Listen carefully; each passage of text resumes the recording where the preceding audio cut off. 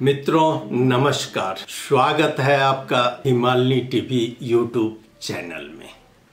मैं हूं सच्चिदानंद मिश्र। मित्रों, यह देश का दुर्भाग्य ही है कि एक जाने माने कलाकार को हम लोग नहीं बचा पाए। जी हाँ, मैं बात कर रहा हूं श्री गुरुदेव कामत जी का। श्री गुरुदेव कामत जी का अंततः कल देहांत हो गया। और देहांत हो गया तो आखिर किस कारण से देहांत हुआ? अपने किडनी का इलाज नहीं करवा पाए, उन्हें आर्थिक संकट आ गया, जो कि देश का सबसे बड़ा जाने माने कलाकार है, और उनको पैसे की कमी हो गई। अंततः वो काठमांडू से अपने निवास गांव चले गए और उस गांव में उनका देहांत हो गया। वह भी उस वक्त जबकि गांव से उनको ले जाया जा रहा था डायलिसिस के लिए, और उसी समय उनका प्राण चला गया।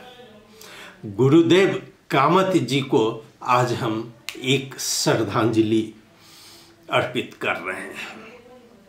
मित्रों, सवाल यह उठता है कि आखिर क्यों हुई मौत और कौन है इसके जिम्मेदार? क्यों नहीं बचा पाए गुरुदेव कामत जी को?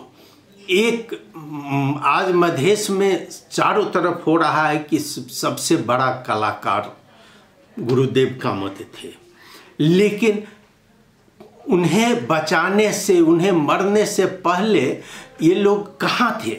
इन लोगों की आवाज़ कहाँ थी? आज कहाँ है देश के अरबपति और कहाँ है उस मधेश के अरबपति? यहाँ तक कि उस सिरहा के खरबपति कहाँ है? जनकपुर के खरबपति कहाँ है, जिसने एक किडनी का इलाज नहीं करवा पाया और एक कलाकार अपना प्राण छोड़ दिया?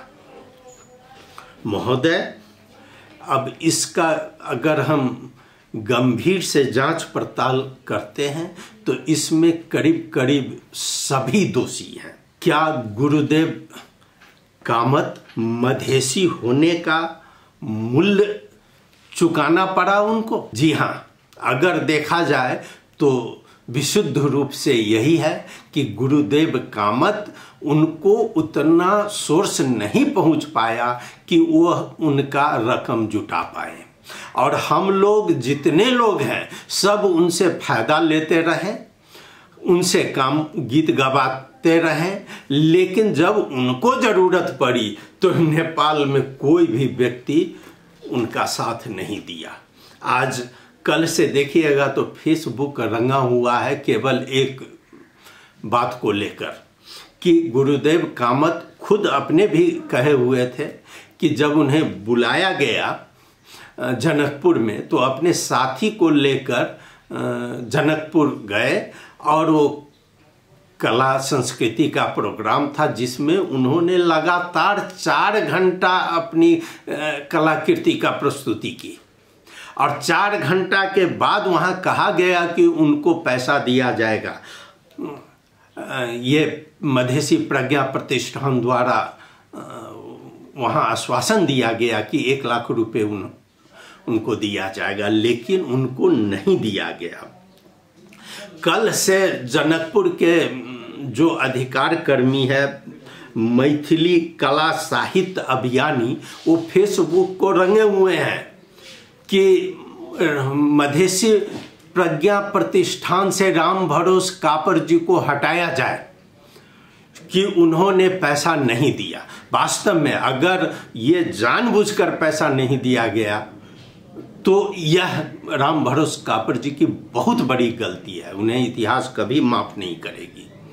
लेकिन यह प्रश्न उठता है कि क्या कापर जी को हटाकर और किसको बैठा दिया जाए, और कौन स्वच्छ विचार के लोग हैं जो कि कापर जी के जगह जाएंगे? आज जो मैथिली कला साहित्य अभियानी जो हल्ला कर रहे हैं, जो उनके बारे में मांग उठा रहे हैं, तो बीमार तो ये पहले भी थे, उनके ऊपर भी ये प्रश्न मंडरा रहा है कि ये कला अभियानी कहाँ थे जब वो बीमार थे और उनको यहाँ पर जगह नहीं मिली किडनी ट्रांसफर के लिए 119, 20, 25 कितना नंबर में रख दिया गया। उस समय ये कला अभियानी, मैथिली भाषा अभियानी, संस्कृति अभियानी घर में सोए हुए थे क्या?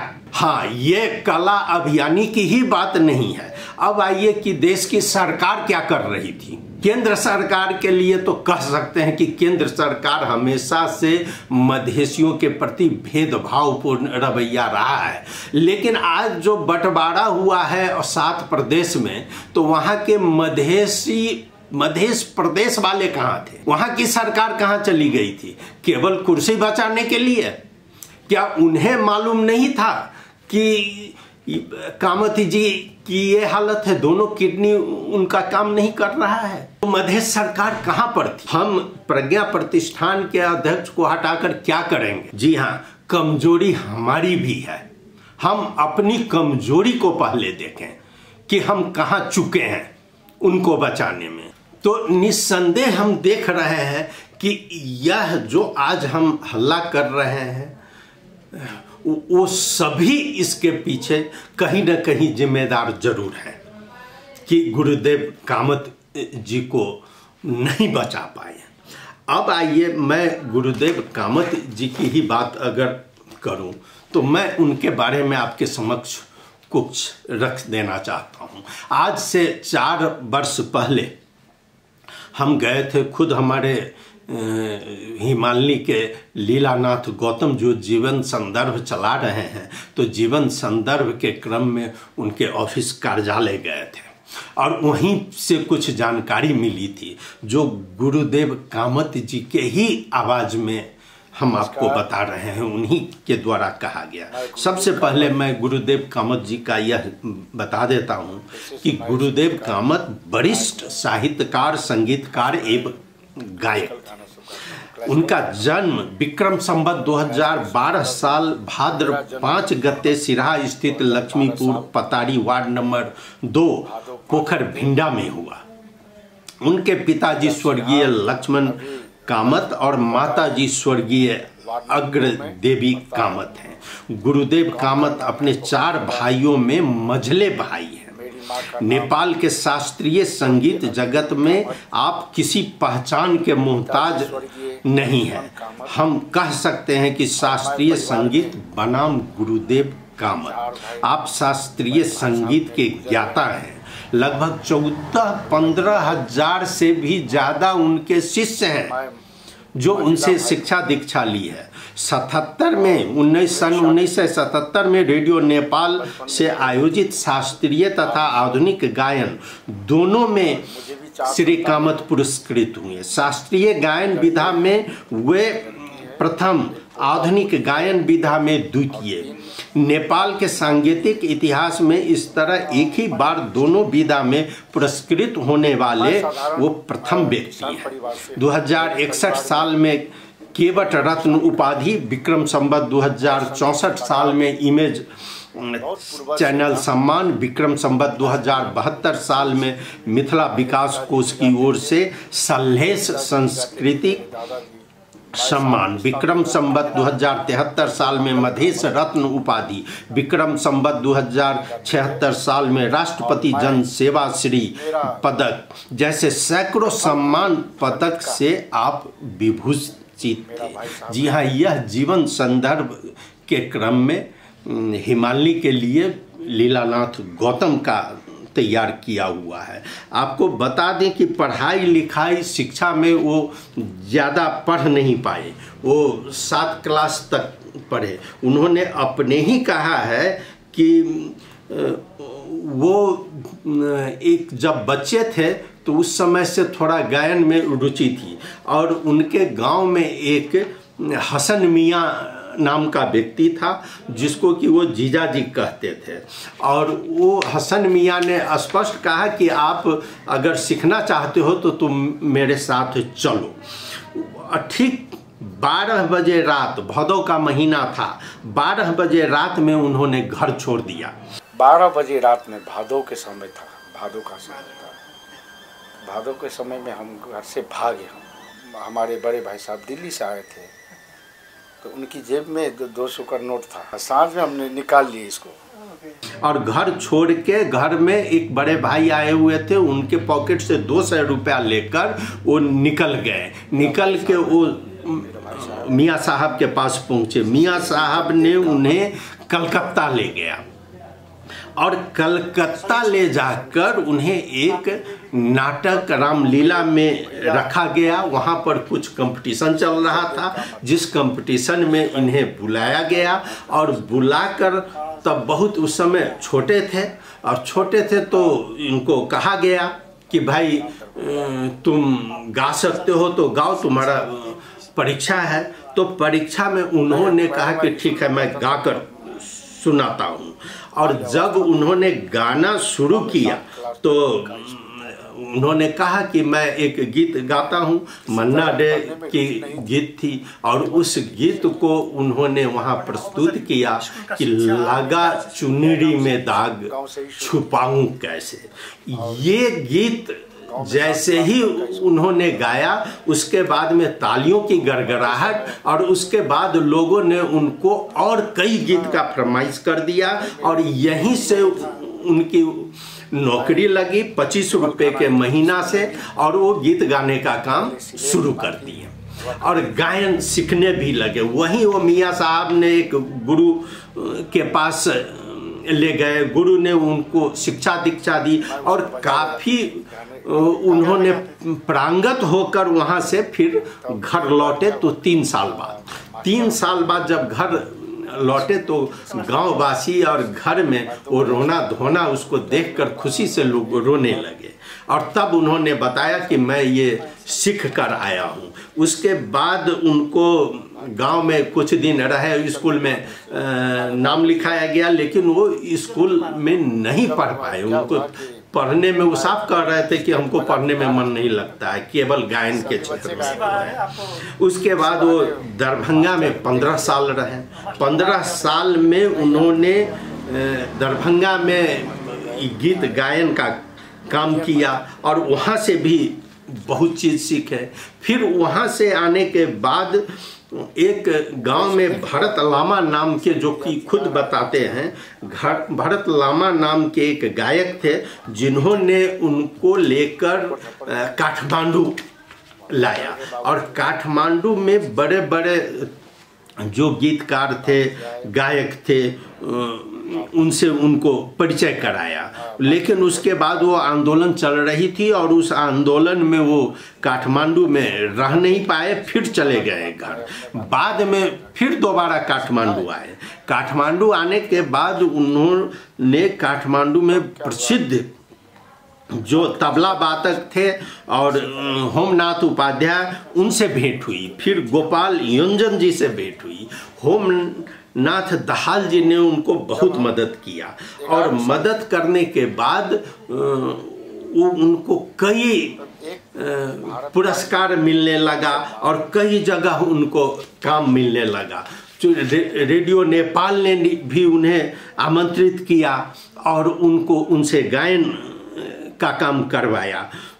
केवल इतना ही नहीं, वो फिल्म में भी काम किए। लिटिल बुद्ध की शूटिंग चल रही थी, और लिटिल बुद्ध की शूटिंग में वो खुद कहते हैं कि जब मैं गया था तो मुझे बुलाया गया, मुझे बहुत भूख लगी थी और खाना हमको मिल नहीं रहा था, लेकिन वहाँ पर जब देखे कि खाना रखा हुआ है तो 15-16 ब्रेड खा गया, 3-4 गिलास दूध पी गया। उसके बाद तो मैं मस्त हो गया। शूटिंग शुरू हो गई, 4 दिन तक शूटिंग चली। मेरी भूमिका सामान्य थी। फिल्म में दरबार का दृश्य है, दरबार की गायक की तरह मुझे भी अपना भूमिका निर्वाह करना था, जो मैंने किया। अब इस तरह से फिल्म शूटिंग में भी गए, गीत के रूप में गए, लेकिन वो कह रहे हैं कि मेरे जीवन में यू टर्न एक शिवरात्रि का समय 2049 विक्रम संवत 2049 का समय था, जहाँ से कि मैं यू टर्न लिया। चूँकि वहाँ काठमांडू में बहुत बड़े बड़े कलाकार आए थे, मुजफ्फरपुर के कुछ लोग आयोजक किए हुए थे। उस कलाकारों में इनको भी, ये भी गए, घूमने गए, लेकिन इनका नाम नहीं रखा गया उसमें। लेकिन उसके बाद भी वहाँ पर भी होमनाथ जी ने मदद की और बाद में इनको कहा गया ठीक है तुमको भी चांस दे देंगे। जब ये मंच पर जा रहे थे तो उन्हीं के अनुसार बताया जाता है कि गुरुदेव कामत जी को देखकर लोग हंसने लगा कि अरे ये लौंडा भी गीत गाएगा, जाएगा ये मंच पर, और लोग हुटिंग करने लगे। तो बताते हैं कि मैं गया और मुझे कहा गया कि अब तुम गाकर सुनाओ। तो उस समय उन्होंने ये अनूप जलोटा का भजन कुछ याद किए हुए थे, और जब उन्हीं का कहना है कि यहाँ के लोगों को लगा कि यह कुछ गा नहीं पाएगा, तब भी मैंने गाना शुरू किया। जब मैंने चदरिया झीनी रे झीनी भजन गाने के लिए आलाप शुरू किया तो तालियों की गड़गड़ाहट से हॉल गूंज गई, और उसके बाद में इनको वंस मोर का आने लगा, और तब इन्होंने 2-3 गीत गाया वहाँ पर। ठीक उन्हीं के अनुसार यूँ कहे तो मेरी सांगीतिक यात्रा में यह मेरा दूसरा यू टर्न था, और वहीं से इनकी प्रख्याति हुई और ये आगे बढ़ते चले गए। मित्रों, यहाँ सोचने वाली एक और बात यह है कि जो व्यक्ति एक गांव से भागकर कि 25 रुपया की नौकरी से शुरू किया और इतना बड़ा कलाकार हो गया, उस कलाकार को जो प्राइवेट स्तर से कुछ अगर मदद मिली तो वो मिली, लेकिन सरकारी स्तर से उनको कुछ मदद नहीं मिल पाई। नहीं तो आप देख रहे हैं नेपाल में नेपाली गीत से शुरू करने वाली आज मनीषा कोइराला बॉलीवुड के फिल्मी स्टार बनकर फेमस हुई है। वही गायक अगर रेडियो नेपाल का शुरू किया हुआ उदित नारायण आज कहाँ से कहाँ पहुँच गया। लेकिन यहाँ हमारी भी कमजोरी है कि हम लोग उनको भाषागत रूप से मैथिली और लोकल भाषाओं में पकड़ के जकड़ के जंजीर में बांध के रखे रह गए, और जब भी हुआ तो मैथिली गीत गाने के लिए उनको उत्साहित करने लगे। जो व्यक्ति हिंदी गीत से अपना परीक्षा दिया और उससे सफल हुआ और उसको हिंदी जगत बॉलीवुड जगत में जाने का कोई अवसर नहीं दिया गया, यह कितनी दुखद बात है। मित्रों, आज वो नहीं है, लेकिन उनके बारे में हम आपको ये जीवनी जो हमारे जीवन संग्रह है वह 4 साल पहले का देखिएगा तो उसमें भी आपको मिल जाएगा। और मैं उनका बता दूं कि यही जीवन संग्रह में दिया के संदर्भ में उन्होंने कहा है कि मैं आध्यात्मिक भी हूँ।